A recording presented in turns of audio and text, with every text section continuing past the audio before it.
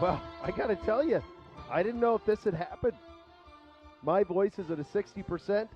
Your finger is at a certain percentage. Not 100. I didn't know if this was going to be a show, pal.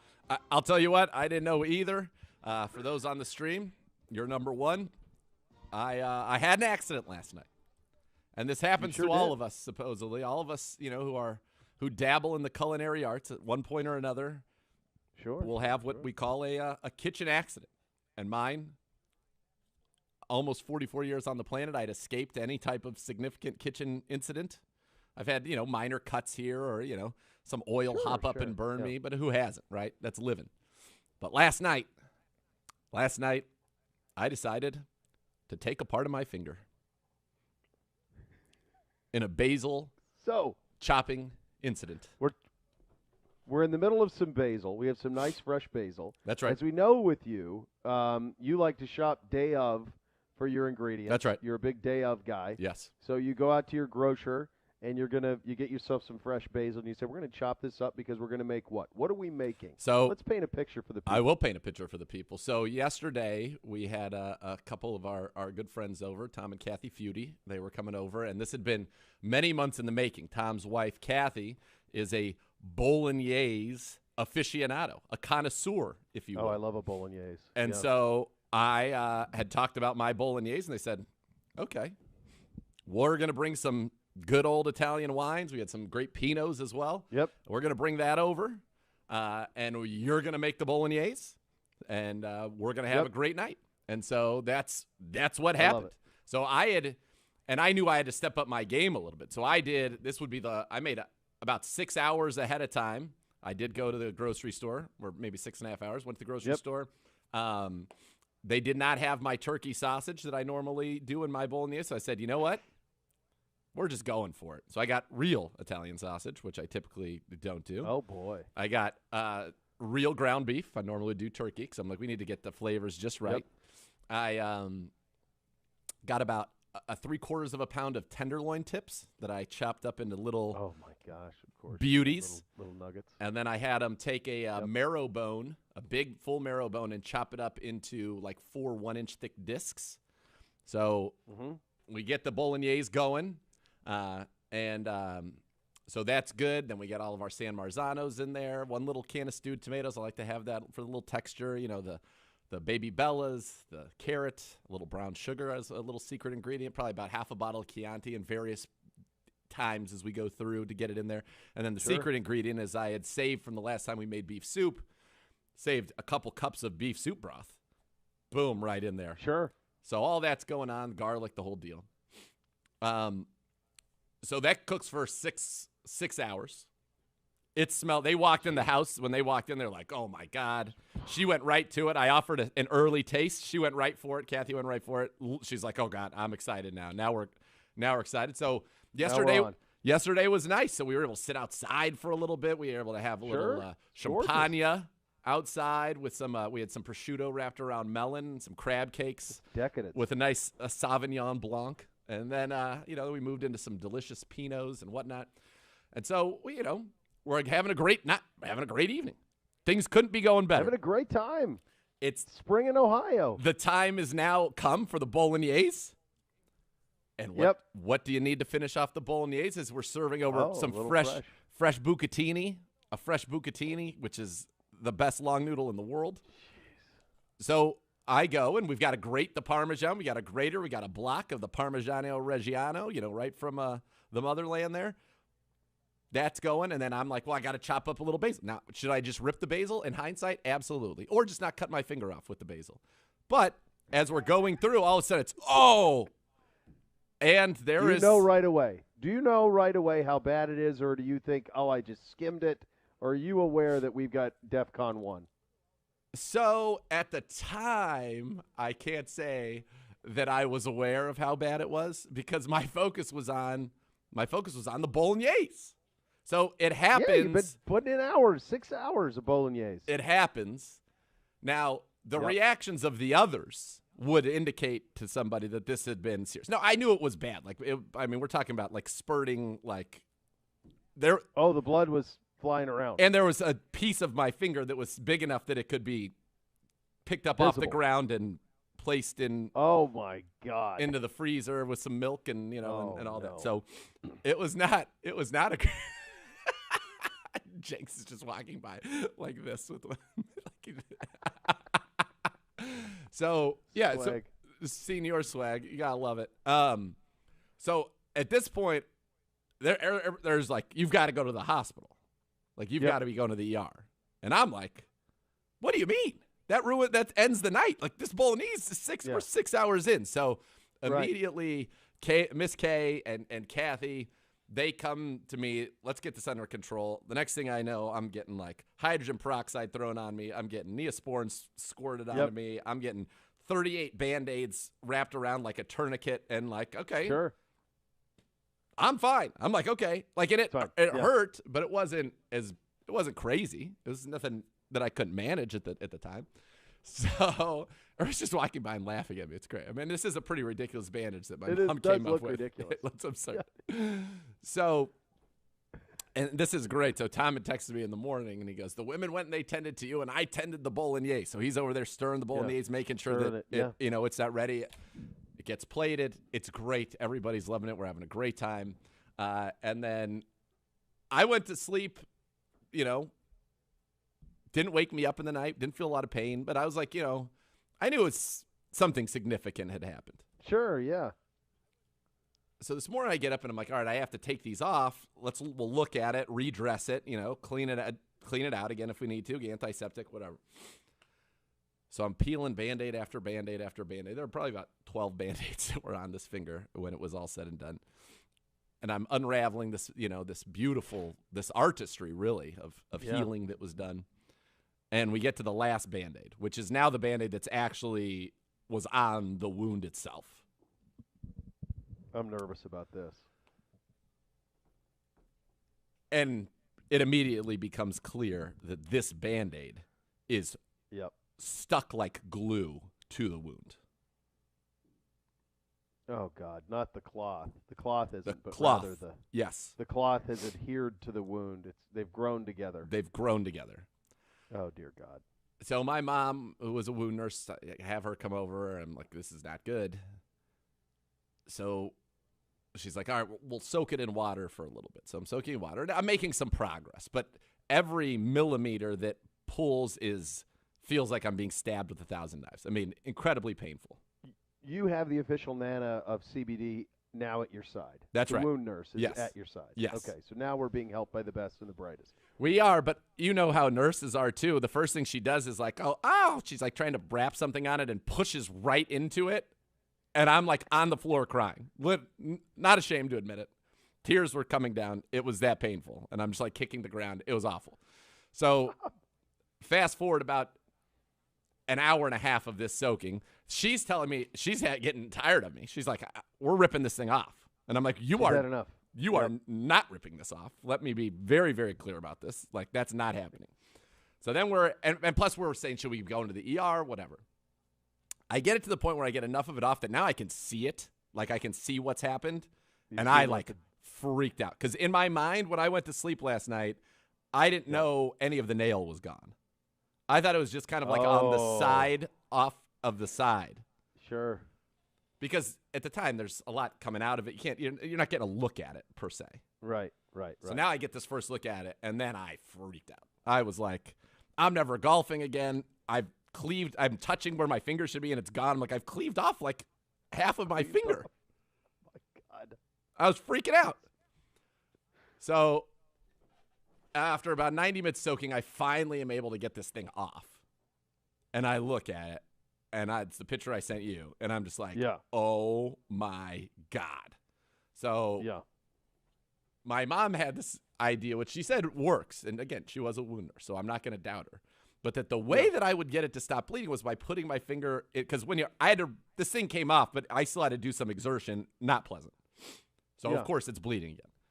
So I got the finger now in a bowl of water, which she says that helps it clot up. This is, I don't know if you've heard this. Is this what you did out on the Ponderosa? Is this how you dealt with these situations? I don't recall. No, the tourniquets was typically the situation. Yeah, or I recall, hey, let me put some pressure on it. Right. With some Neosporin and a gauze pad. But again, So wound nurse. Official Nana. Yeah, she knows. So it's in this water. And what's kind of cool about a wound that is actively bleeding in rhythm with your heartbeat, mind you, is that you can see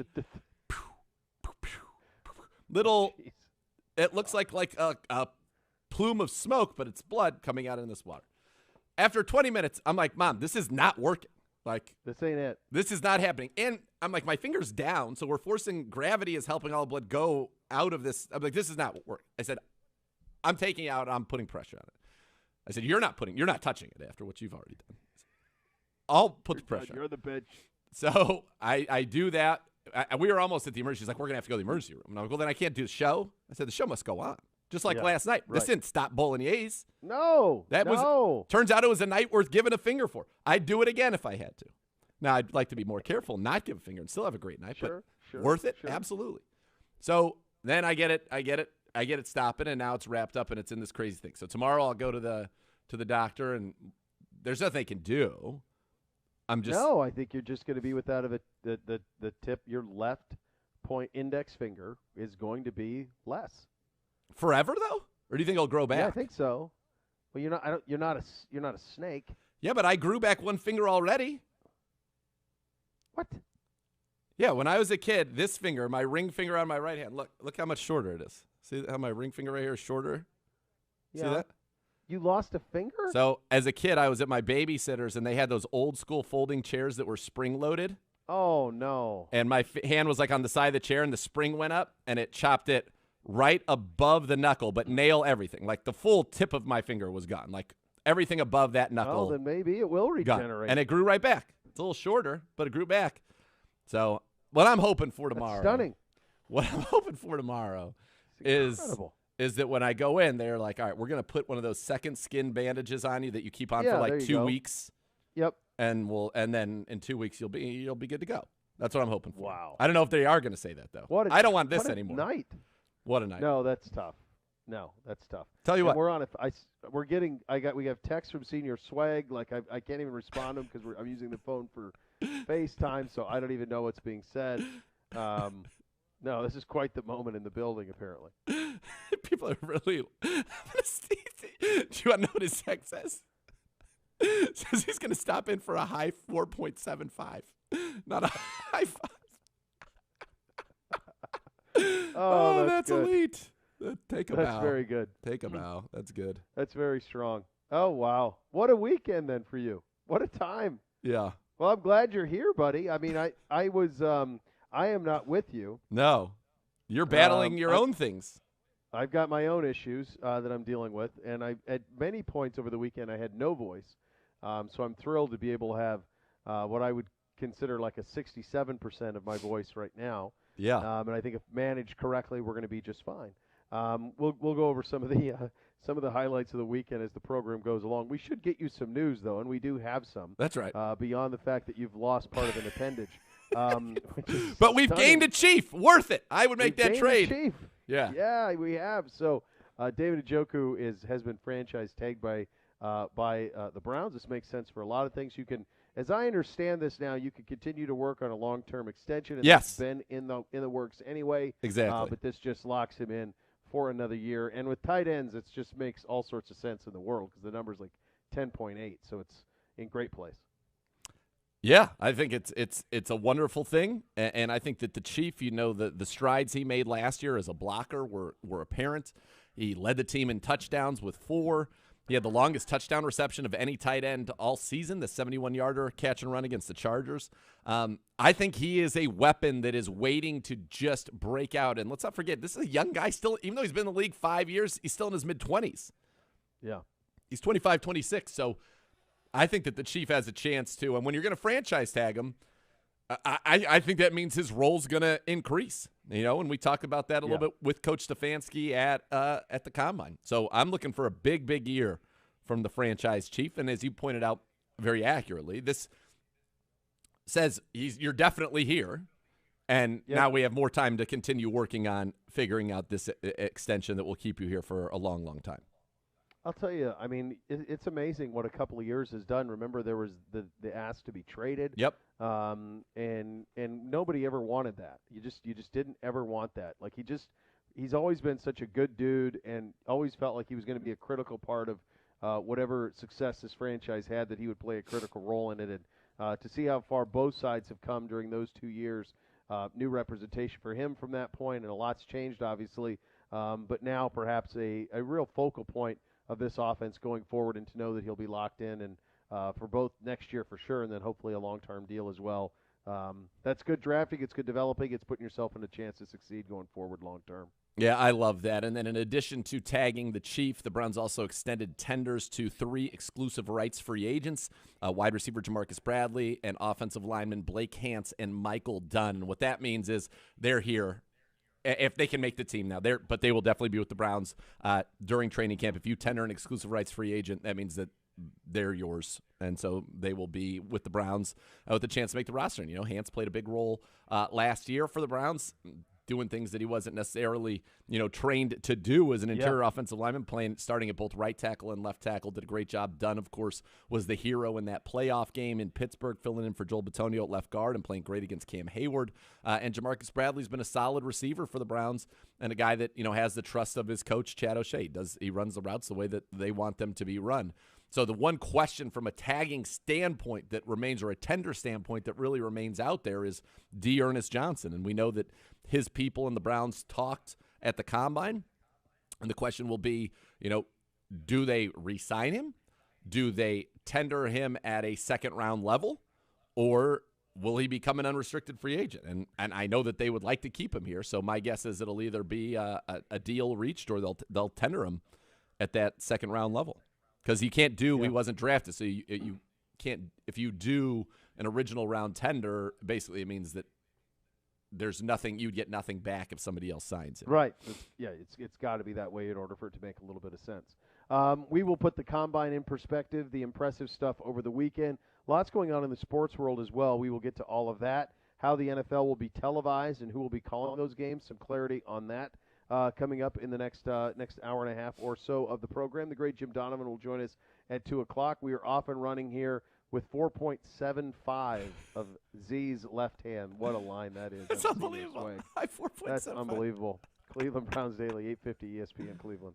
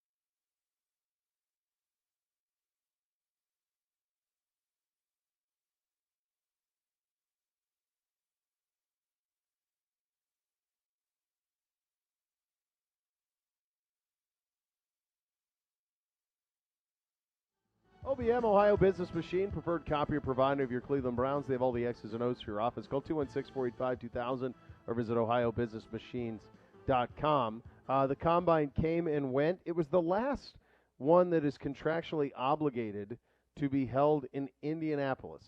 Now that you've done it again this year, where do you sit? Because I do get Indy fatigue, but at the same time, it kind of possesses everything that you need in a combine. And I think if it wasn't a 5-hour drive for me, I probably would feel a little different.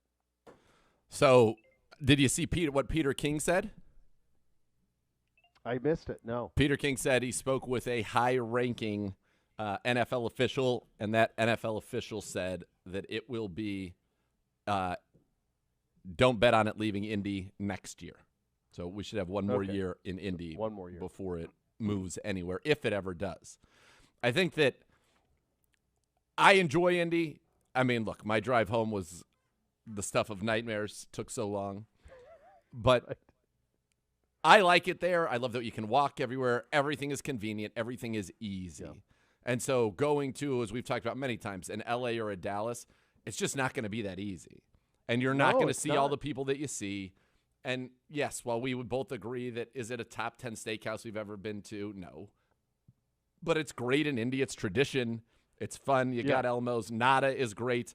The Hoff just told me about a new place that we need to add to our rotation that's an Asian fusion, which is right up my alley. And he said it was great. I love that.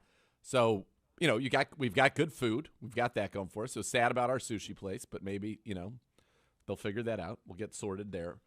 I like it. I hear you would like. Vegas is a place that you can't stay for more than 72 hours because. Well, no, I don't think there's any way you could ever go there just from the amount of trouble the prospects to get into. It's just too easy. Too easy, for sure. And I think that'd be it'd be a tough place. That. But I also think Indy is a place that you don't want to go for more than 72 hours either, for the exact opposite reason. In Vegas, there's so much to do. You're just going to be so banged up. But in Indy, there's so little to do that you've maximized it. I feel like you've played all the greatest hits within 72 hours. There are certain things you check off the box. I mean, and then you're ready to go. I did the Hoosiers gym, for God's sakes. Like, we did everything. A couple years ago, I went to Hinkle Fieldhouse. So, I mean, like, you've done kind of all of the things. I think the one thing the NFL has to be a little careful about here is if they turn this into a for-profit enterprise, I think that could get a little risky. Because if they're trying to do like a bid situation, have cities bid on it for profit, I think then does that potentially then make prospects say, well, we're not going to come unless you compensate us? I think that's possibly kind of a tricky thing. I also think that if you take it out of Indy and things are not easy for coaches to get around to, I think you're going to see far fewer coaches go. We already started to see that a little bit this year. Yes. I think the move to making the Combine a full-on TV product is not loved by the teams. It's not loved by the players. You're seeing, you know, like you saw the running backs didn't do the shuttle drills because it was so many hours after they ran the 40. The bench for the receivers was like early in the morning of the day they ran the 40 at night. So no receivers really did the bench. I think 3 of them maybe. So it becoming this crazy TV property and doing it all in primetime, I think, has caused a lot of logistical issues for people. And it definitely is. That has, I think, really taken away from the fun of the Combine and the opportunity to be out at night where everybody's out, everybody's having a good time. You see all the coaches. You can talk to people, you know, that we've come across in all of our, you know, our years and time here. And you can learn some stuff. Like, that's where it all happens. That part of it is gone. Yep. And that, I think, is a big loss, and that's due strictly to the prime time of the, you know, having everything be geared around prime time. Which is why when people said, you know, it's funny, you know, why'd you guys leave once the on-field drills started? Well, the on-field drills you can watch on TV. They're in prime time. We're not on in prime time. Our show isn't. You'll probably learn as much about what happened there from being on TV, and you're not going to have the opportunity to talk to people about what happened there. So the big stuff is being there early in the week when we can talk to our coach and our GM, and then you get, you know, all the people, the media people milling about. That's what's valuable. And so it's not like you and I were going into Lucas Oil and watching guys run anyway. We weren't allowed to do that anyway. Correct. So what good is it for us to to do that. I mean, there's no value there. Guys, the Combine, for everybody who is there except for the coaches and general managers and scouts, it's an information sharing event. Yes. That's what it is. Yep. It's what do you know? What are you hearing? And that stuff is done early in the week, and it used to be done a little bit later. It would continue throughout the week. But to your point, when they moved all of the testing into prime time, then you lost that. You lost it. So you lose a great deal of it. So it really, I thought the best night over there in terms of C and B seen was probably, Monday or Tuesday. Now, because even in years past when we had gone for 4 nights or whatever, it still feels like as soon as they went to the primetime schedule, the best stuff was early in the week. Yep. That was when your best information was shared. Yep. And I feel that that's very much still the same. And I think that the Combine as the event that it once was just isn't going to exist under this current format. So the question is, does the league care? No, because it is a for-profit thing, and now it's become a tentpole television event again. Yep. I'll be curious. I don't know what the ratings were. I'd be curious about that. I haven't seen any. Usually they trumpet them out pretty big if they're worth trumpeting. Sure. Yeah. I thought that they're playing music so loud during some of the drills that the teams couldn't hear who was actually going up. They weren't putting the official stuff. Apparently, there were a lot of things that were done as it becomes even more and more of a TV event that were not good for the teams. They ended up having to turn that music off. The discrepancies that were happening with the new timer, especially with the receivers. The wide receiver stuff on Thursday. The Olave thing is just insane. Like, that's an insane error. A 0.13? Yeah. And he didn't run again because he's like, I don't need to run again. That was incredible. So this is what I need, a straight downpour. Yesterday was so great, and it's so sad that Saturday was flawless too. Gone so quickly. It is pouring here. I don't know where the water's going to go. We're at that time of year. I'm thankful for the weekend. The weekend was great. Wonderful. And this is why sometimes I'm too hard on March, but at least March gives you those 2 days. Now, we might not have another good one for 2 weeks, but for 2 days at least we got a great weekend. So I'm not going to crush this too bad, other than to say I wouldn't be surprised if we have some flooding because this is pretty aggressive. I think the only city that I've been to in North America that can – 2 thoughts on Indy. Number one, I think the only city you could go to that would have a similar situation, the only thing I don't know about is the medical side of it, if that would be as convenient, is Minneapolis. Mm-hmm. Minneapolis would have – now Minneapolis is bigger than Indy, but Minneapolis would have a centralized downtown with an ability to get there with all of the sky bridges and walks and never go outside and be able to congregate. You could definitely get more lost. Indy's downtown is actually quite small, and it's from the standpoint of when you're there, you feel like the NFL is the only one there is what it feels like. Yes. That wouldn't be that way in Minneapolis. You get lost a little bit. And then I don't know, like the Mayo Clinic is obviously in Minnesota, but I don't know like how close they are to like stadium and stuff. And I don't know if they have a convention center the way Indy does. I don't know if they're as good of a convention town. Indy's unbelievable. It's all right there. And birds. Oh, of course. What a treat. Birds are unbelievable. Now, we don't know what the laws are on birds necessarily. No. I don't know if they're all that safe, but they're fun. I would say New Orleans would have it, but again, then you're looking at the other side of it with New Orleans. It might be a little too much fun. Sure. But it would have that ability to where you come in, big convention center, close to downtown, Tulane Medical Center there. New Orleans would have that. But I believe it's also Mardi Gras. Fat Tuesday was last week. So, it would be right in the thick of that, and you don't want the NFL coming in on that weekend. You'd almost have to leave the Combine. Yeah. The other thing I was thinking, as I was thinking about Indy, is it is pretty stunning that the rest of the Midwest has punted on that. That there's not another city in this part of the country that said, hey, if you build a big fancy dome with a convention center and hotels, you can host a lot of cool stuff. Yeah. Like the Combine, like the NCAA basketball tournament, like the College Football National Championship. I think Detroit probably was thinking that, but they tried, but they probably blew it a little bit on everything around Ford Field. Yep. And the reality is there's not another city that has looked at Indy and said, why don't we do that? Yeah. I mean, there's nothing that is stopping them from doing it. No. It's crazy. Detroit's a good call. So you have that, what's that tower, that hotel that's like the big tower up, and then that's attached to the convention center, which I think you can get to Ford Field. But the rest of the area around there doesn't feel as nice as Indy does at all. No. Not at all. No. And, Chicago has always punted on it.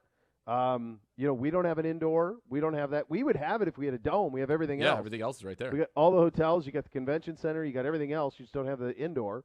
The indoor stadium. Cincinnati, Pittsburgh. Like, you think about all of the teams. St. Louis, not in the NFL anymore, but you get the point. Kansas City. There's nothing. There's nothing. No. It's Indy has it to themselves.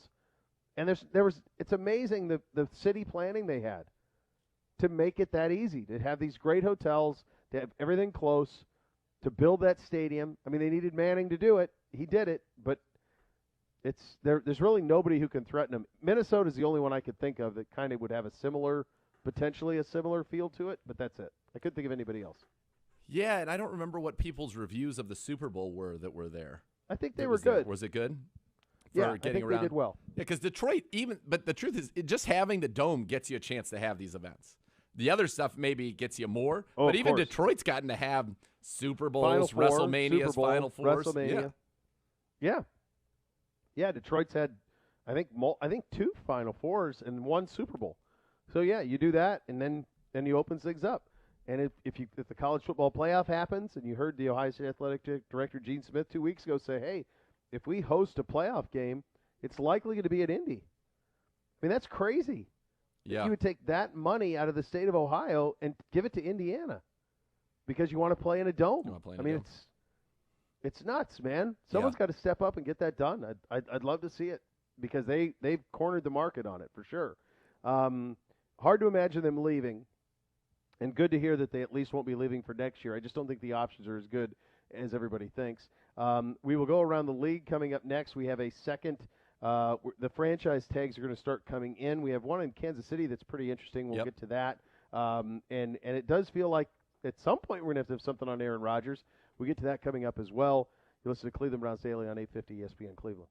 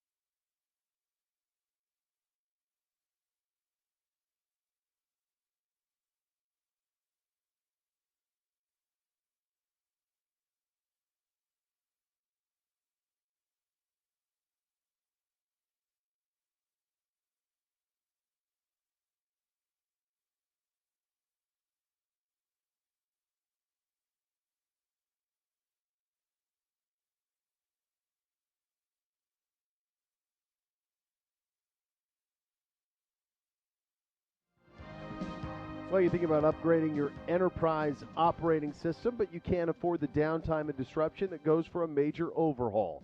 Beau Bishop here for my friends at EOX Vantage. Their data scientists are also business operations experts. Your EOX Vantage team does not take a rip-and-replace approach to improving your operating system. Instead, they help you build onto what you already have, so you make the best use of your investments, both old and new. Fearing your employees will stress out over new systems, EOX Vantage works to ensure your people can easily adapt their new workflow at a comfortable pace. You can start out by making easily manageable changes and add on more when the time is right. Read how other business owners have overhauled their systems without overwhelming their people at EOXVantage.com. I recommend that tremendously. They are going to make your business work smarter, and that is a big, big win for you. Before we get to the NFL, did you watch? Well, I guess you were all chopped up, so you didn't see it. So did you? Have you heard about the Winning Time show on HBO with the Lakers? I've heard of it. I've seen the ads for it. I did not watch it last night, obviously. And are you interested in it? Kind of. If it's well done. So that's a little bit. That is a little bit troubling, I would think, for them, because I would think you would be the target. Yeah. You're a sports fan. Check. You're aware of that era in the NBA. Quite. And you would be aware of that, of what would come of that type of lifestyle. So I would think you saying somewhat would be troubling if I were an executive at HBO. Yeah, I think it's we've seen kind of these types of shows be done, and typically it's been more in a movie form. Yeah. And I think that works well. Like, as a series, am I going to be that into it? You know, I don't know. What did you think of it? So I would say that the most, in terms of the feel of it, it felt like Boogie Nights. Like the way it was, produced and directed and presented, it seemed like Boogie Nights. Okay. Like it had that feel to it. Like it felt like you walked into 1979 L.A. Okay. Is what it felt like. It was really fun. It's really fun. It's really enjoyable. I think what I didn't have any I grew up a Lakers fan, and these aren't spoilers, but like I had no idea that Jerry West was as prickly as he was. Okay. And I mean, he's ultra wound tight, really wound tight. And one of the things that I was certainly not aware of, and I don't know if I just never sought it out or if it was something that, I mean, I've read about everything you can read about that era, and certainly about Magic, because he was my favorite athlete ever. I was unaware that Jerry West was pretty staunch in not drafting Magic Johnson. Did not know that. Most people give him credit for that. When you think about his resume as the greatest front office guy of all time, most people give him credit for the drafting of Magic Johnson. He had no interest in it, none, according to this. And this is based on Jeff Pearlman's book. They get the basketball part of it. I mean, there's only so much you can do. Magic Johnson's 6'9". Like the guy looks similar to Magic, and he kind of moves similar to him, and has a similar mannerisms. We're all so familiar with Magic that it's hard to. Yeah. You know, but it's believable. It's believable. The guy that got to play Kareem is pretty believable in terms of, he's not 7'3", but in terms of, you know, kind of the prickly demeanor of Kareem Abdul-Jabbar at that time. I'll tell you, you're either going to love it, or I think the reason you'd love it is John C. Reilly as Jerry Buss. It's pure joy. He's great. It's pure joy. It's absolute pure joy. Okay. How all of that came about. I don't want to wreck it. I'm not going to wreck it for you, but I mean, this stuff's easily found. I had no idea that he bought the Lakers, the Forum, and the LA Kings from Jack Kent Cooke for $67 million. Jeez. Lakers, Kings, building, $67 million. Adjusted for inflation, $240. I would think the Lakers alone are worth close to $5 billion now. I was going to say, I think that worked out pretty well on their own. So the business of it is pretty. I think you'd like it. I think it's not like. Is it an hour? Something. It's an hour. And how many episodes? I mean, I can't imagine they can do more than 10. Okay. I can't imagine that. There's a lot of breaking the fourth wall where, like, Jerry West talks to you directly, or like Jerry Buss talks to you directly. Like that happens. But that's kind of Adam McKay's style. It's good. It's good. I think it feels like they're landing it's really fun more than anything else. Like, it's not, I mean, how serious can any of it be? I mean, It's basketball, But like Norm Nixon, there's some funny stuff with Norm Nixon that is pretty good. The cameos are good. Yeah, I think they got a chance to land the plane on it. I do. I think you'd like it. So do they have any, like, does anybody actually play themselves? Because I realize it's way back, but, like, the cameos, like, does Jack Nicholson make a cameo, even though Jack Nicholson's probably a character? No, at this point, the Lakers are nothing. Okay. Like, it starts with him leading, it starts with Jerry Buss leaving the Playboy Mansion, and one of the bellhops at the Playboy Mansion is like, are you guys ever going to win? Like, you'd forgotten, like, the Lakers only won one championship from the time they moved to L.A. until 1979. They only won one. Yeah.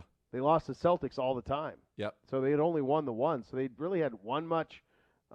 They were barely hanging on from a financial standpoint, barely. Wow. So there was a lot of stuff like that was really smart. And then Buss had the vision to make it, and they're just starting, the first episode just kind of lays the groundwork for what he's going to do long term. But I also didn't know this. I did not know that Magic Johnson had the ability up until the draft to go back to Michigan State and actually use that as a negotiating ploy. Like, to be like, no, man, I'll just go back for my junior year. I don't need this. Wow. Which was pretty wild. So there was a lot of stuff that I didn't know, and I felt like I knew everything about it. So it's not it really is in some ways a documentary, but it's done with actors, or is it a lot of it sensationalized? Because it feels like you're talking about I it think like it's the latter. Okay. It's a television show. Okay. I think you and I probably know, and I probably know about as much about that era as anybody in Cleveland, Ohio ought to. But if you have some appreciation for that time in sports, I think you'll really enjoy it. I do. Okay. All right. I think it's tricky when you don't use. I'll also say this. I was reading last night. Jeannie Buss, Magic, and Kareem, none of them wanted it done. So it gives you an idea of probably hits a little too close to home for some of them. Right. Right. So. Interesting. But it's fun. I think you'd like it. Just in the last, in terms of where we are right now on the franchise tags, we mentioned Chief and getting that locked in. The second franchise tag of the year is from Kansas City, Yep. the Chiefs, as opposed to Chief.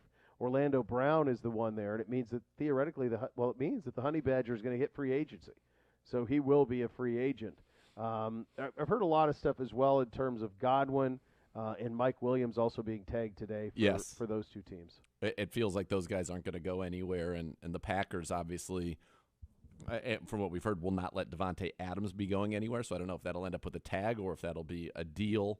The Rodgers part of it needs to be done. And look, he's got to do it tomorrow, right? It has to be. I mean, he's running out of time. Yeah. He took his spite week. Right. But other than that, he's got to get it going. Got to do it by the end of the week. Yeah. I mean, isn't Friday the deadline? The 10th? Yes. There's a Thursday. Yeah. Yeah. So, 8, 9, yeah. I mean, it's time. It's go time. So he's got to do it. What did you make of the Rappaport report over on Friday night at 9 o'clock, mind you, that he was still undecided? I mean, every single person we talked to over there said it's done. Done. He's coming back, it's done. And then you get, now it was Pittsburgh, Denver, Green Bay, and there was one other team that he was considering. Those were the four that had come out. I know it. And I was like, what? That was not what anybody was talking about at the Combine. No. And I'm going, how could Pittsburgh possibly, what's the give back? This is the biggest difference. And today is actually the anniversary of the day when the Colts cut Peyton Manning. Today's the day. In 2012 or whatever. Well, here's the difference. They cut Peyton Manning. Yep. The Packers aren't going to cut Aaron Rodgers. No, you're going to have to compensate them. You're going to have to compensate them. So if you're going to trade for Aaron Rodgers, if you're Denver and you want to trade for Aaron Rodgers, understand that Jerry Jeudy is going to go to Green Bay. among others. Or Surtain. Probably 3 ones. Yeah. Are going to Green Bay. Yep. Which is that wasn't the case in Indy. Like Manning was able to go to Denver because the Colts cut him because they were getting Andrew Luck. That's not the same here. And isn't that with Brady as well? Wasn't Brady was a free agent, was just a pure free agent. Yes. His last deal, as I remember it, was exactly that. It set him up for true free agency. And so he chose to go to Tampa without hurting Tampa. That's the thing that's tough with Rodgers and even, with Russ, that it's going to cost a lot. And like it'll cost so much more than what Stafford cost. Yeah. And you had, obviously, in L.A., you had a team that was very comfortable not having draft picks. That's kind of been, in some ways, their philosophy about it. But, yeah, I don't see how any of those things happen. And yeah, like we said, the Combine, it was Green Bay. And, Albright felt like it was, if not Green Bay, it would be Denver. But most likely it was Green Bay or nothing. And that he was going to play in Green Bay. That it was a done deal. Yeah, it's hard to find a path anywhere else unless Green Bay just did him a solid and just said, but why would they do that? Well, why would they do that? He's their most valuable asset. Right.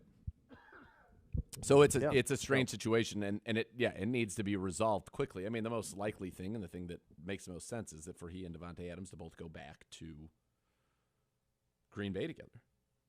Yeah, but it's also the other part of it that's fascinating is it's going to hamstring them. Because if he does, everything we were hearing was like 50 million. Yep. So if it's 50 and he resets the quarterback market, that's going to hamstring them in terms of who else they'll be able to sign and keep. Well, that's why Zadarius Smith is going to end up being available, who's a great pass rusher. It does. It's certainly not the way that Brady would do his contracts so that he could continue to win Super Bowls. And for a team that's had a lot of regular season success but has not had a lot of postseason success, you would think that you would want to try and get, your roster loaded up enough that you would be able to do that. Because the thing that I find odd about it is it about the glory for him or is it about money? I don't know. And it feels like at this point it's about the money. Yeah, I would agree. I mean, that is the way that it's if that's the deal he signs, then it is. He'd be smarter to take less. If it's about winning a Super Bowl, he would take less and then make it up with Jake with State Farm. Yep. I mean, that would be the way that you'd make that right, and you'd go compete. So I don't know, but the clock's ticking. I would have thought this would have been done a long time ago. He said he wasn't going to draw it out. Said he didn't want the attention. Yet it continues to seek attention. The idea that the Rappaport story got out on was it Friday at 9 o'clock at night in the middle of the testing kind of tells you all you need to know on that front. So it's wild times indeed. Rumpke Waste Recycling, family owned and operated. Whether you join them as a customer, as an employee, you'll become part of the family. Visit rumpke.com to learn more. The great Jim Donovan will join us coming up next. You'll listen to Cleveland Browns Daily on 850 ESPN Cleveland.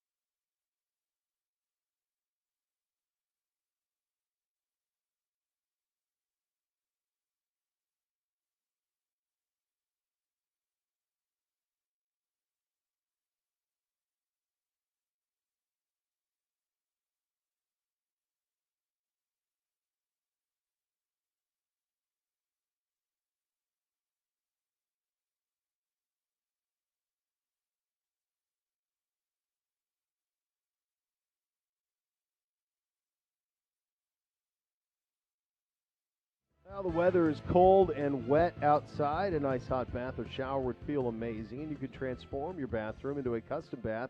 It'll feel like a spa. They can do it for you in about a day. That's my friends at the Bath Authority.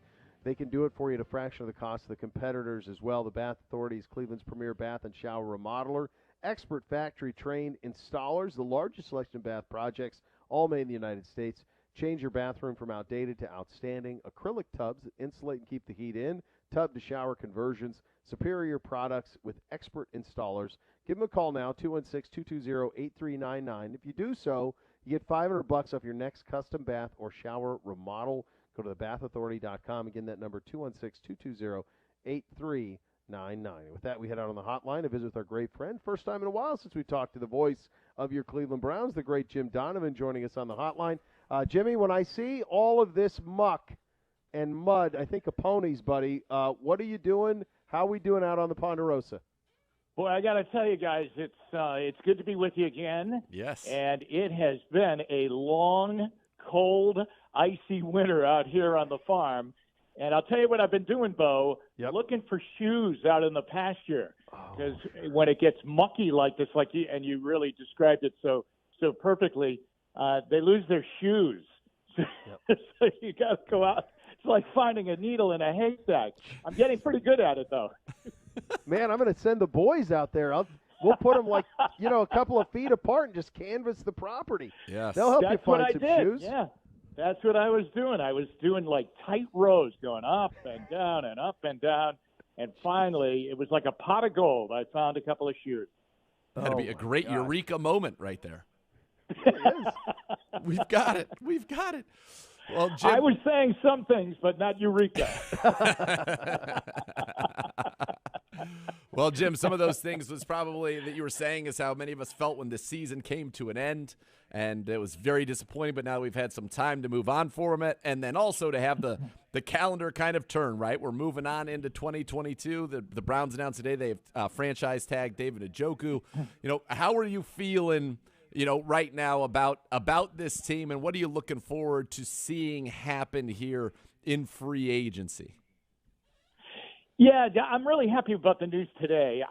I'm a big David Njoku fan, and I have to tell you, when the football gods were saying, all right, how do we put together physically a tight end, I think he was number one on the production line because he's easy on the eyes as far as, when you take a look at a tight end and his body and how he puts that to work on the football field. I have always loved him, Nathan, on the, and I know there have been times where, there have been, maybe I want to be traded in a couple of seasons coming into it where he's been maybe a little bit disgruntled and didn't know what his role was going to be. But I never wanted the outcome for him to be not on the team. I think that he's a fascinating player because he can stretch the field, obviously, in today's NFL. And at that position, the tight end, he can get down those seams. I don't know that we do it enough, and I don't think we did it enough last year. I think that, physically he's a big target for a quarterback, and especially in the red zone where he's so effective. Yep. To me, I find that there are times that he appears in a game and then disappears in a game. And then, he'll jump into a game late. But sometimes as you go along in the season, you'll say to yourself, is he really having a good year because he's in and out of the offense? And I mean by choice probably, or what's going on in the offense. I would like to see him, to be more of a go-to guy. And I realize that they have two other tight ends, and it's a tight end-friendly offense. But he's really good. He's got a very, very unique talent. So I'm glad he's staying here. And, hopefully maybe they get a long-term deal done with him, and it's good for both sides, good for him and good for them in regards to the salary cap. I think you're right about that. And he's improved so much as a blocker, and I think you make a great point. Right. And I kind of looked at the games where he was really, really involved, and whenever that happens, he produces if he gets the targets. And do you think that this franchise tag is a signal that, yes, we are going to substantially increase your workload, your snaps, your targets, your routes run, and turn you into a much more featured part of this offense? Because I hope it does. I do. Yeah, and I do. I really do. I think the commitment there, just by the title of the tag, the franchise tag, means that, they definitely have plans for him. Whereas, that was kind of a question mark, especially when they brought in Austin Hooper and drafted Harrison Bryant, I'm sure Njoku, and I know he was sitting there saying, hey, what's my role? Even in the year that Freddie Kitchens was the head coach, I can remember David Njoku was a healthy scratch by the end of the season. This is a guy with amazing ability and is really quarterback friendly. I really believe that.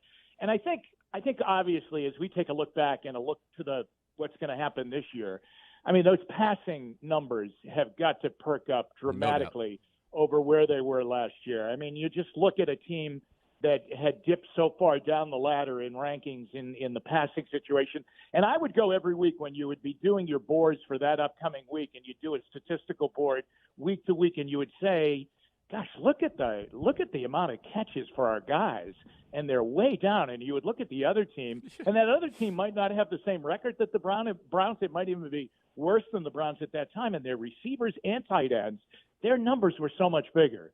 So that definitely, and what happened today, is a step to say, hey, we realize we have to get better in the passing game. We need the right people, and that's a start with him staying here. Yeah, Jim, and that's it, and it's a tricky one. You think of Andrew Berry's first two off seasons. I mean, the first one, it's okay. We got to fix the offense. We got to protect Conklin, Wills, Hoop. All right, we're good on that front. Next off season, we need corner helps. We got to fix the defense. Newsome, JOK, Clowney, they all come into the mix. This one's a little more complicated because it is what you just said, right? And everybody we've talked to has acknowledged it. They have to fix the passing game, and there's many ways to be able to do that. Baker Mayfield's going to be the quarterback. So you've got to give him some weapons. The scouting combine was a big part of that. My guess is a draft at 13. Right. But I don't think that necessarily is all. Don't you think that this has to be even more beyond that? Yeah, I do. I do look at the passing game and in particular the receiver, and I think you can put an S on the end of it. I think it's plural. Yep. I really do. I take a look at it, Beau, and I think that you're right about, the overhaul offensively, the overhaul defensively. Okay, what about this offseason? I think it can be really position-specific, which is different than before. I mean, there were mass overhauls. We need safeties. We need pass rushers. We need a middle linebacker. We need corners, we need offensive linemen. The year before, we need, guys like that. We need tight ends. I think this is really – now you're down to really being very position-specific. We need wide receivers, especially with OBJ gone, obviously. The Landry situation is cloudy, it seems right now. To me, it is. And even, in the reaction from him and from the team, it seems a bit cloudy. I think that you're talking about, okay, we got to get some people in here that can catch the football and, can help this team in the passing game. Because as great as that running game is, and when it's healthy, it certainly is right at the top of the league.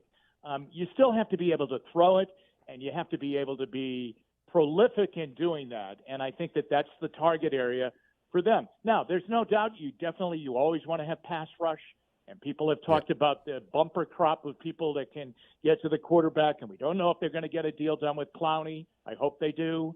Tack McKinley was a great option until he had that devastating injury, last season, and I get that, but I definitely think the red light is blinking on, hey, we need help in the passing game. We need guys that can really help the quarterback and push this ball down the field and be a little bit more of a striking offense rather than an offense that just kind of grinds it on you.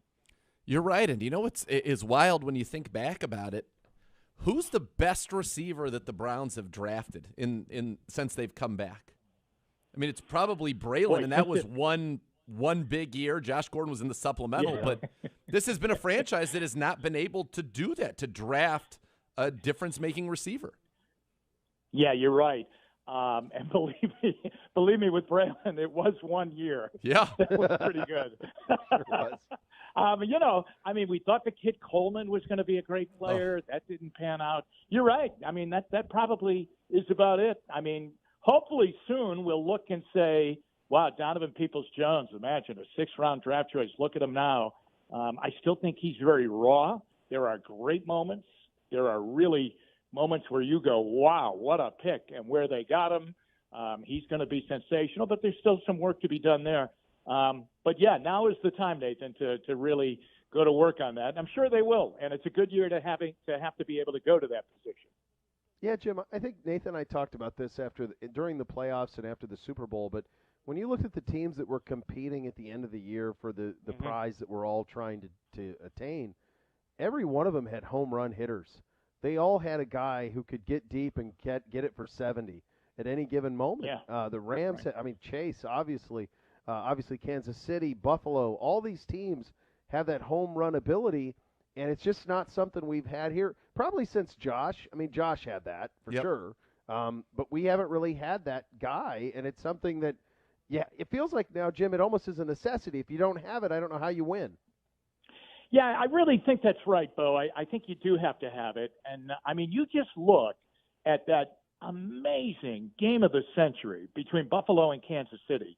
And how those two teams, they were getting down the field in the last 2 minutes of that game, or maybe even I'll stretch it out to the last 5 minutes of the game. They were getting down the field in like 2 or 3 plays, and it wasn't because of big-time runs. The running game was, that was out of it at that point in that amazing playoff game. And that's what you're going to have to be able to do. You have to be able to loose, just even in a typical game, you have to be able to show some threat of being able to get down the field in one shot, one big shot to stretch it down the field, to make a defense honor that. And I don't think really for many, many, many games last season, many defenses worried a great deal about the Browns hurting them in the passing game deep.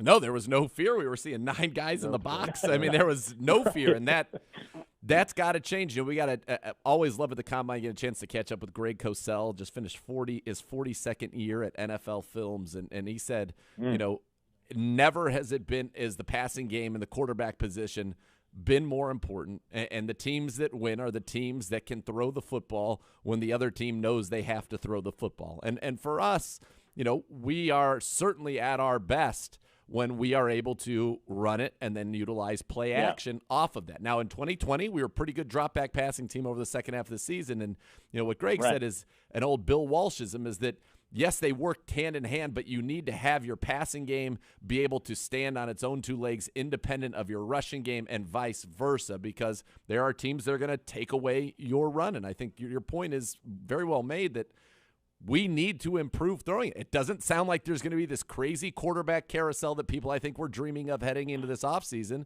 And so we've got to figure out how to get Baker back to where he was in 2020 and improve his supporting cast is certainly something that could be helpful to do that. Yeah, and Nathan, if you go back to last year, and really if you look at the definition of what happened to the Browns as a team, it was the inability to win those close games. Yep. That's really what it was. You win 2 of them and you're in the playoffs, but they really didn't win any of them. Yep. But you go back to those games, and if it's a really tight game and you're down to just take it to all of those games, Kansas City, Chargers, Steelers at home, Steelers on the road, all of those games, Green Bay on Christmas Day. What did you need on those last drives? You needed a chunk play.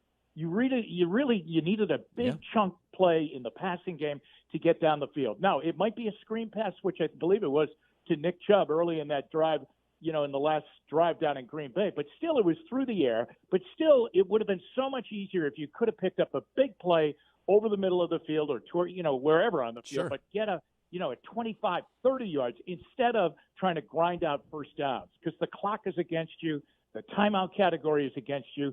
And that's where a lot of those close games really are decided. The ability to get down the field and get down there in one big play so that all of a sudden you say, all right, the clock is friendlier to us right now. We're going to have 5 or 6 more plays, rather than just hoping you can get a first down on your first 4 plays of that crucial drive. And that's what they just didn't have the ability to do last year, and why a lot of those games ended up in the other column, in the loss column.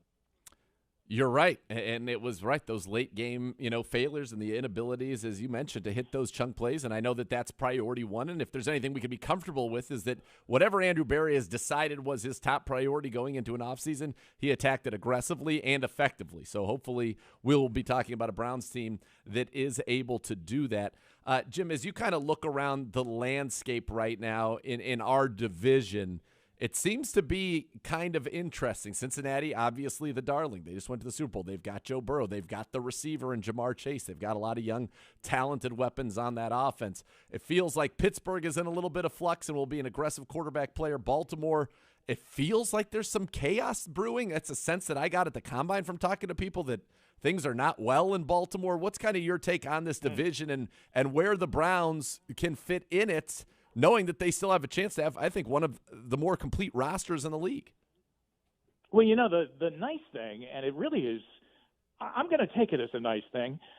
We're kind of quiet here right now in this offseason. Nobody's building us up to be, oh my gosh, they're the darlings. They're the team that's going to win the division, and they're going to make a deep run, and they may win the AFC. I mean, we're not. That was us last year. Now we're kind of nose to the grindstone, which might be really our comfort zone here right now, because there is work to be done. But you're right. The Baltimore situation does look a bit chaotic with the quarterback. What's going on with him as far as getting a long-term deal done? The firing of that defensive coordinator after he was, legendary for his years there, and they had a bad year, near the end of the year last year defensively. But I mean, they had a ton of injuries. I mean, it does seem to be a bit chaotic. That's the right way to describe them. The Pittsburgh situation is amazing. Are they going to ride with the quarterbacks that they have there right now and be patient and wait for the right guy for the future? Or are they in this quarterback market that we don't know if it's going to be a frenzy or if it's going to fizzle out? Would they jump in and get, would they be somebody that would grab one of these big-name quarterbacks to come in and parlay everything into that great defense that they already have and be the Steelers of old? I mean, that's going to be very interesting. Cincinnati, it's always interesting to see how you come back after you have had, everybody goo and gaw over you, and deservedly so, after the season that they had. Can you continue that? Because, they were just exceptional. Whereas we struggled in those close games, they won close games other than the last one. But are they going to be able to keep that up? Or, is everybody going to, have a target on them as we go into the season? But I kind of we are in such a different position here this offseason than we have been in the last two, but definitely last year, in that this is quiet, and quiet sometimes can catch people off guard because you get your work done and then boom, you're ready to go at the start of the year next year. And I'm hoping that's where we're going to be. Jim, you're the best, buddy. Good luck in the muck over the next couple of days. That's why, you know what? I have become a mutter. No doubt about it. I am a mutter now. That's right, a mutter. That's right. The great Jim Donovan, the voice of the Browns. Thank you, sir. Great pleasure talking to you. All right, Elk and Elk, serious lawyers for serious injuries. Call 1-800-ELK-OHIO for a free case review. Elk and Elk is a proud partner of your Cleveland Browns. Z goes one-on-one with ESPN front office insider Mike Tannenbaum on the other side of this quick timeout. You'll listen to Cleveland Browns Daily on 850 ESPN Cleveland.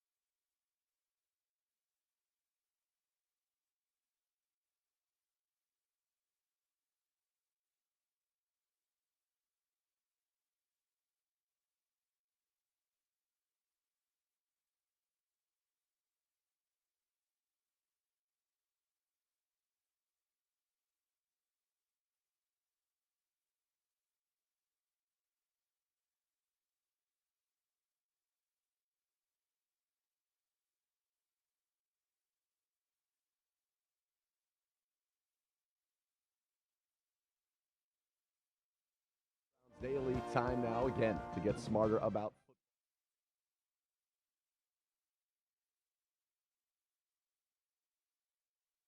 ESPN NFL analyst and friend of Good Karma Broadcasting. And Mike, first of all, just great to be back at the Combine and in person. How have you kind of enjoyed this experience so far? Yeah, I completely agree. Like, we just did some shows on ESPN in person. It's great to be around people again, and probably something we all took for granted. And it's just great. A lot of energy here, and it's a great time of year.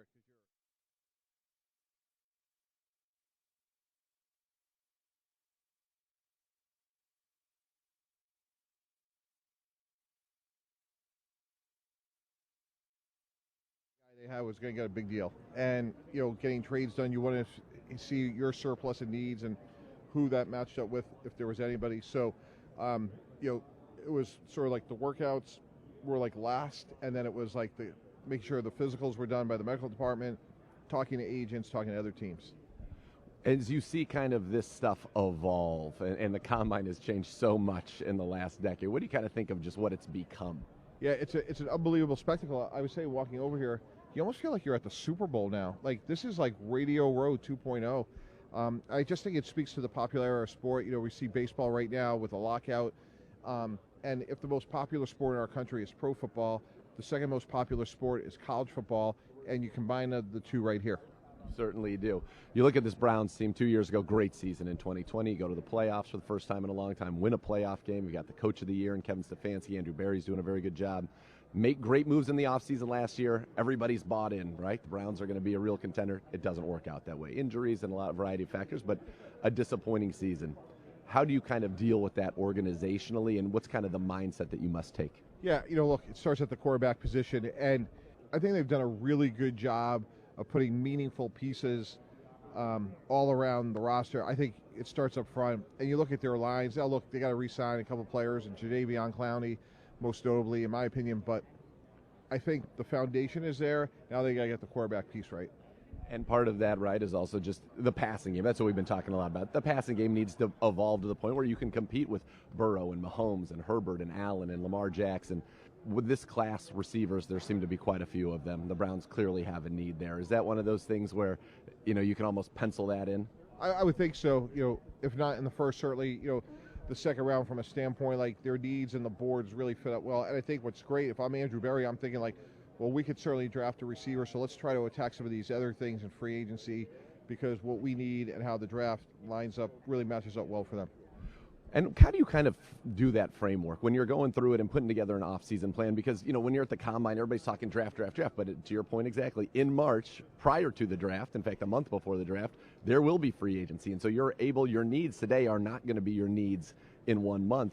How do you kind of map that out in the plans of attack? Yeah, I always say your plan has to be firmly etched in pencil, because there are going to be unexpected opportunities. Players are going to get cut in a couple of weeks that, we're going to sit here and say, like, boy, can you believe that happened? And that's why you want to go in with one plan. And again, Cleveland has such a good roster. Like, taking care of their own now is as important as anything. And again, they've done a good job in that area as well. It feels like you're hearing more about Marcus Mariota and Mitch Trubisky at this Combine than you're hearing about the quarterbacks in this draft. Well, I think that just tells you where we are with things, right? That there's a reason for that, Nathan, and that's because the best quarterbacks available are on the pro side right now. And I think Trubisky, Mariota, those guys could wind up, in really good situations. And Jimmy G's another one we got to closely monitor.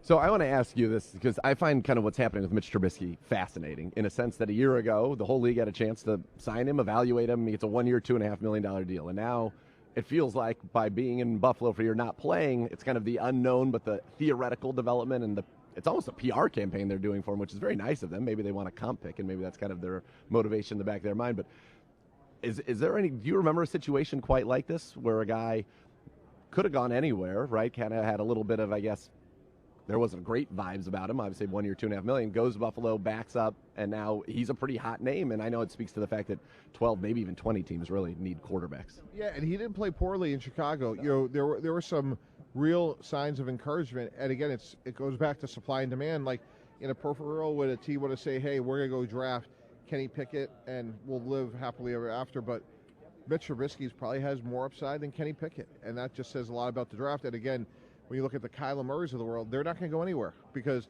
Kyler Murray would be the first pick in this year's draft. He'd be the first pick in next year's draft.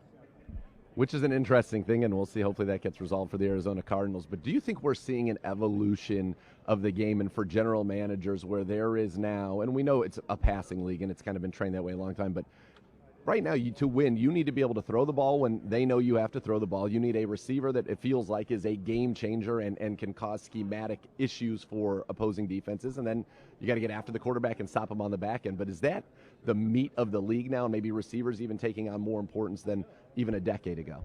Yeah, I think, going back to talking about Buffalo, Josh Allen's trajectory was on the way up. They get Stephon Diggs. It goes to a whole nother level. So I do think you need a difference-making one. And look, Jarvis Landry's a really, really good player, one that I'm sure they're thrilled to have. But you get another number one with him, you're going to make Jarvis Landry a lot better.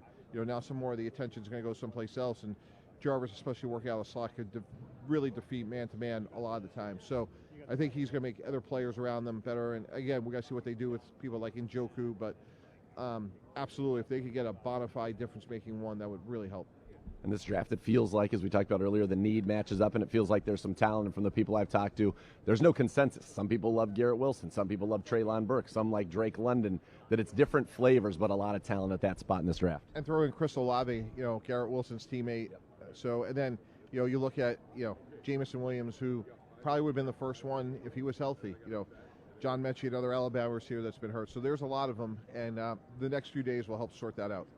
When you go through this and as a team, right, I love all these guys. How does it actually get to the point where you get to the board and you separate these ties that are either stylistic, scheme fit, things like that? Yeah, it could be small benefits of the doubt of character, injury, scheme fit, size, how good was the quarterback they played with. There's a lot of different variables. If you looked at the Browns and you've talked about Andrew Berry and the job that he's done, what's one of the things that you like about the way that he's kind of organizing our operation here? Yeah, I think he's really brought the noise down. I think it's a really well-run organization, and that's more of an intangible. But they've really, they stacked a number of good picks together. I like the John Johnsons of the world that are like smart signings, the Caruso or Koromoas of the world where, hey, you guys, they're adding quality players, quality people. Yep. I really like it. All right.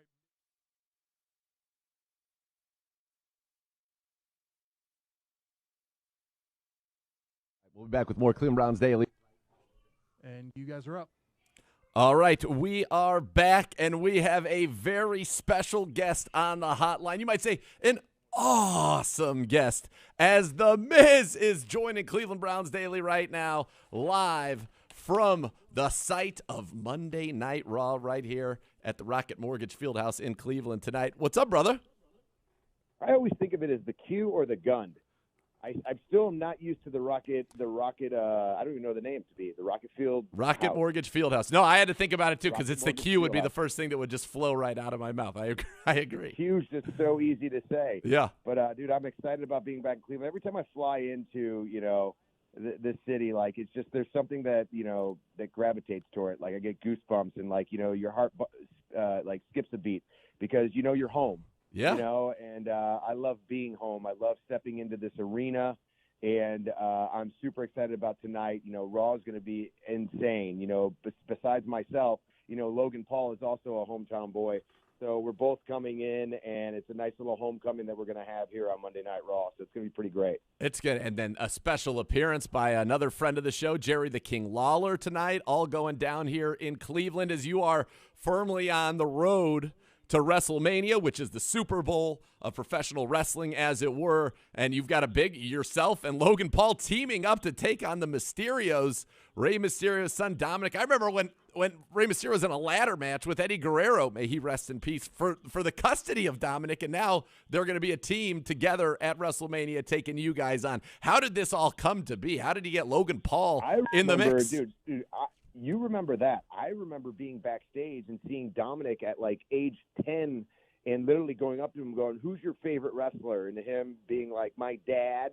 And then me saying like, well, I'm going to go beat up your dad right now. So I remember those days. And the way this all came about is, every time I go into or step into an arena, it doesn't matter any city, I get booed out of the building. And I feel like I never get the respect. And I do things, now granted, I do things underhanded. I do things to try to win. Will I cheat? Absolutely. No doubt in my mind. But it's what you have to do in order to win. I have a winner's mentality. You do everything you possibly can to win. And it seems to me whenever I do things to win, I'm booed for it. But if Rey Mysterio does the same exact thing, he's cheered. They love him. Loved. It's not fair. So I'm it's not fair. Sick and tired of it. I want my respect. I deserve my respect. And honestly, I think tonight I will get the respect and the cheers that I know I should have because I'm in my hometown. I'm a Cleveland-bred boy. Yeah, and I hope that you do get that respect. I know that the Browns are sending some swag your way. I've got to go pick that up from Brad Melland and take it down to the arena tonight. Very excited to go and see you. You've had a lot of great moments have happened here in Cleveland, and I know, look, you said you should get cheers. I would imagine so. Your dad has requested basically every ticket in the building, so it should be stacked with loyalists here today. That is 100% true. My dad always asks for 1 million tickets, so I have to pay for a bunch of tickets and get a bunch of tickets for him. So it's absolutely ridiculous. Like usually people are like, "Yeah, I'll take 3 or 4 tickets." My dad's like, "Yeah, I need 100," and I'm like, "Dad, you can't just ask for 100 tickets. Like you just can't. Like that's not reasonable." Well, I know a lot of people out here in Cleveland. No, you don't. You just hand them out to everyone.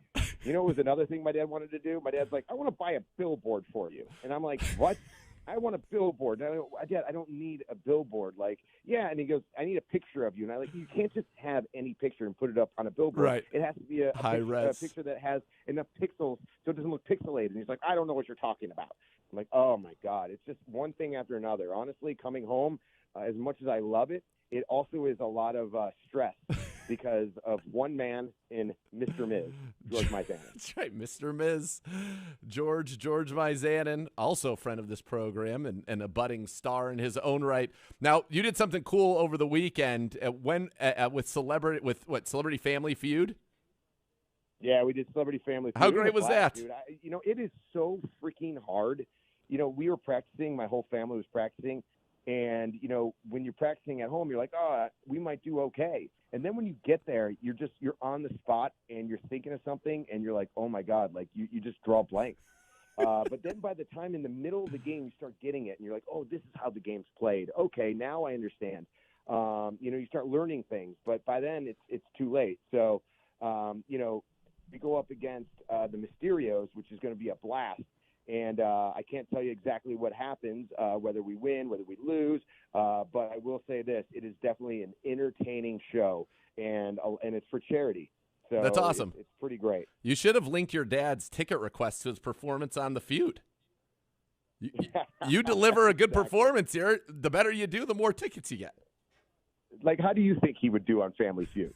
I think he'll be entertaining. I don't think there's any doubt about that. Exactly. He will say something crazy. He will say something completely off the rails insane, and that's what I'm looking forward to. Of course. I literally, at one point, I said to Steve, I go, can you take out their microphone? Can you turn off their microphone? Like, between him and Margeau, I was like, oh my God, turn off their microphones, please. It's enough. It's enough. So getting to come home, and you've had some, like I said, some great moments here. This seems to be a very frequent stop this time of year on the road to WrestleMania. I know you had the great stuff with Shane McMahon on the way to your match with Shane McMahon at Mania. We're going to have tonight. Is there something that's cool? Because I'm sure coming to Cleveland would be cool no matter when it is. But when you come and it's kind of in honestly, this. Yeah, it's pretty incredible, to come home and to be here. And honestly, the reason why WWE always stops in Cleveland is because of the fan base. We have such an electric fan base. There's such an energy in this arena every time we come here. And the fans are always very supportive. They're interactive. They're fun. They get it. Like, they boo who they hate. They cheer who they love. Luckily, I'm a hometown boy, so they love me. That's right. But, it's an incredible place to stop. I mean, honestly, you go to a Browns game, and literally the place is pandemonium. It's absolutely insanity. Whether the Browns are doing great or even the Browns are not doing great, it doesn't matter. The fans still show up day in and day out. And honestly, I can't wait for this next season. I can't wait for Baker to be fully 100% healthy. I hope they bring in some competition because I feel like Baker is best with a chip on his shoulder. And I love the fact that they gave Njoku, an extension. Yeah, franchise tag. And, hopefully we can do some great things with him and get and add on some, key players from the draft. I mean, I'm looking at, Ohio State's wide receiver, at the draft. I was looking at that and I was like, ooh. Yeah, Garrett Wilson, Olave. Sure. Yeah, did you get a chance to take in any of the combine? Were you able to watch any of that? A little bit. I saw bits and pieces of it. There were some defensive players, linemen that were just being absolutely fast. I could not believe it. They're fast, setting records, and they're like 350 pounds.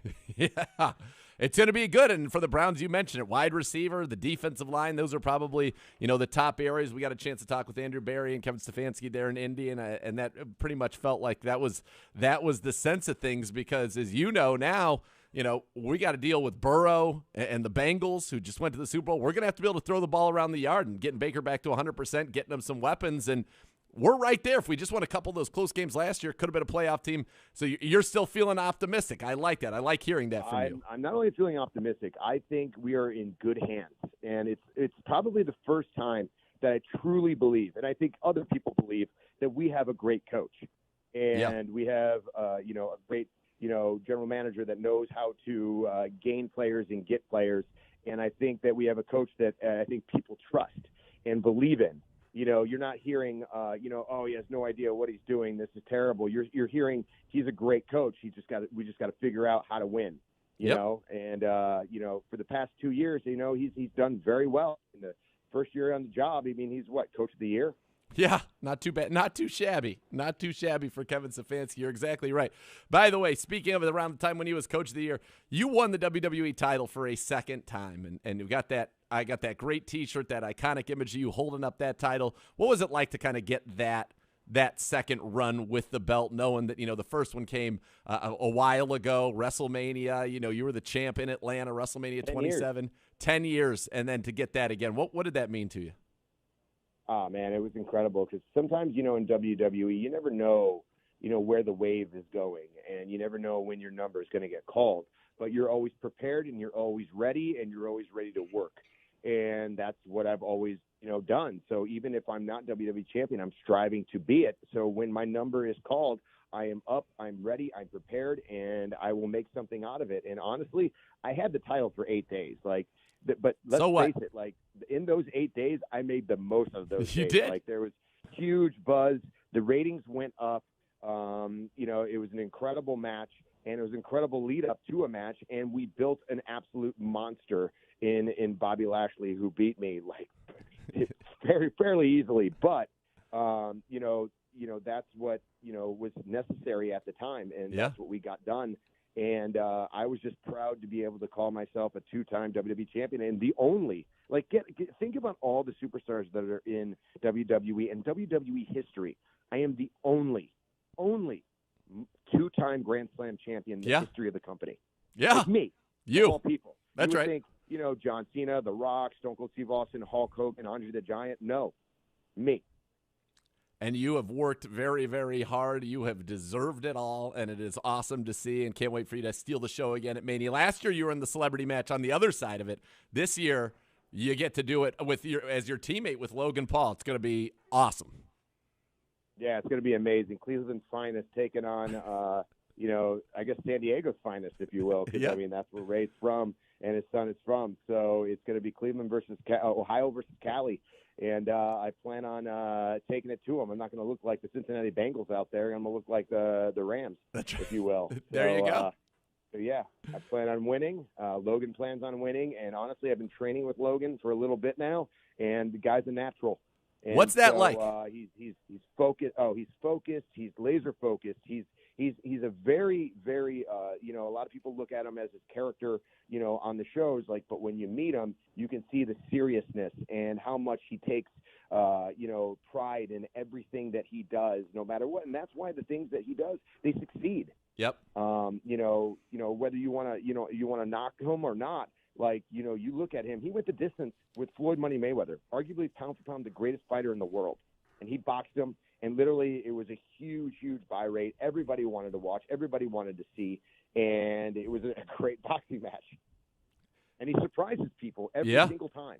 And so do you. Kind of like myself. I was going to say, there are a lot of parallels in there in terms of just putting in the work and making sure and the dedication to make sure whatever you do ends up being successful. And I think that's wonderful. Yeah. Yeah. So tonight, 8 p.m., Monday Night Raw, Rocket Mortgage Fieldhouse. Be there or be square. And if you can't get tickets, call George Mazanin. He probably has some. He's the only one that might have tickets at this point. Come watch Cleveland's finest, Logan Paul and The Miz. And go Browns. Thanks for having me. Thank you for calling in, brother. I'll see you tonight, and let's go. All right. The Miz, you never know what's going to happen here on Cleveland Browns Daily in the offseason. You got to love that. Calling in. We'll be back with more CBD right after this.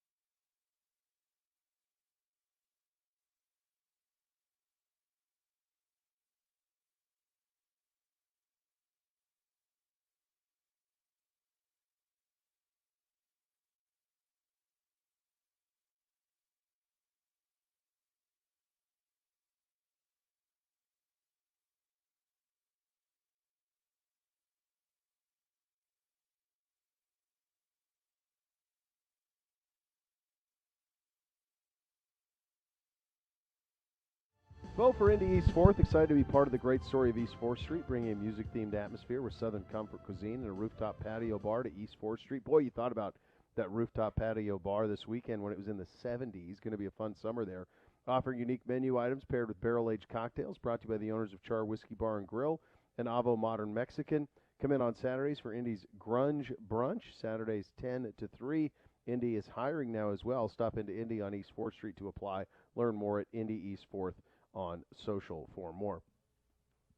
We're headed for some shakeups on the way that we consume our games. We know that Aikman is heading to ESPN. It hasn't officially been announced, but also I saw this morning, quote, major horse trading happening between ESPN and Fox to potentially reunite Buck with Aikman at ESPN. What? And I was shocked. Yeah, I mean, I just thought, like, from Buck's perspective, if you're Fox, $22 million a year. I mean, like, what would be a number that would? There's no number that would be too high. So who would be going to Fox from ESPN? I have no idea. I have no idea who that would be. I don't know who would have the gravity at ESPN to be able to call the World Series in the NFL. Wow. I mean, Buck's doesn't he have like 3 of the next 5 Super Bowls? Because how the rotation works? Yeah. I think he does. He's got 3 out of 5, at least 2 out of the next 5, but I think it's 3 is the way the rotation works, and he does the World Series every year. I realize the World Series isn't what it used to be, but still, there's nothing bigger than that. No. When you're talking about the NFL. You floored me with this news. Yeah. Who knows? Maybe they're just maybe Buck's using it as a negotiating ploy to get Fox to pay. He just has 1 year left on his contract. The other thing that I saw this morning was it sounds like Kirk Herbstreit's going to be the next guy at Amazon. So he will, or the first guy at Amazon, I should say. It's going to be him and Al Michaels on Thursday Night Football on Amazon. Yeah, how about that? According to Peter King. Yeah, that was the word at the Combine. I'd heard that from a couple people as well. I think that's going to be good. I think that will be good. Herbie is excellent. Does this mean do you think he'll still do college on the weekends? Yep. Wow. Yeah. That's going to be I think he's going to double dip. I think it actually works out perfect for double dipping from his perspective because he can prep the NFL games Tuesday, Wednesday, call the game Thursday, and then fly to the college site for Saturday and do the Saturday. Now, I don't know if he'll do college game day anymore, but he can still do the Saturday night game. He'd have basically 2 days to prep for each game, 2 days on the NFL, 2 days on college. And it doesn't impact his money from ESPN, so he's going to be able to double dip financially. My guess is it's possible that that Amazon is going to pay him more to do this than he currently makes from ESPN. Yeah, I would think so, which will create it's great for him. I mean, that is going to be lucrative for him. Oh, jeez. I think he and Al Michaels will make it. I think that's a nice match. Oh, for sure. Al will like working with him because he's just got he's just a glowing personality. Like it's hard not to be around him, and he's just a good dude, you know? Like he's always in a good mood, like he's a solid dude. So I think, and he'll be excited to work with Al Michaels. I mean, my goodness, the first, full-time pairing in the NFL, and it's you and Al Michaels on Thursday night. That's pretty good. That's pretty good. So you're saying, plus he gets his feet in at Amazon. Now that's maybe all he needs to do. So you've got Michaels and Herbstreit on Amazon for Thursday nights. Yeah. You're going to have Tirico and Collinsworth. Is that what it's going to be? Yeah, Tirico and Collinsworth on Sunday Night Football. You have Aikman on Monday Night Football, but you don't know who with because, then Brian Griese took the job with the Niners. So Aikman's going to be on Sunday night, but you don't know or on Monday night, but who knows who he's with. But apparently ESPN is trying to get Joe Buck. And I would think that if they are trying that aggressively to get Joe Buck, that they would make him the face of the network. They'd have to. Yeah, you'd have have to him do everything. And does he want to do NBA Finals? Does he want to do I don't know. I don't know what his interest is. So but then you've got. It feels like his gig is perfect right now at Fox. Yeah, Nance and Romo at CBS, and then at Fox you'd have. All starting new. Which is a wild position for Fox to be in. It really is. They don't have anybody in the hopper from a young talent standpoint that would be the number one team if Buck isn't it. I just can't imagine Joe Buck not being on Fox. He has been the face of Fox broadcast, the only face of Fox broadcast and Fox Sports. Yeah. Him alone. Yeah. And then all of a sudden he's not going to be.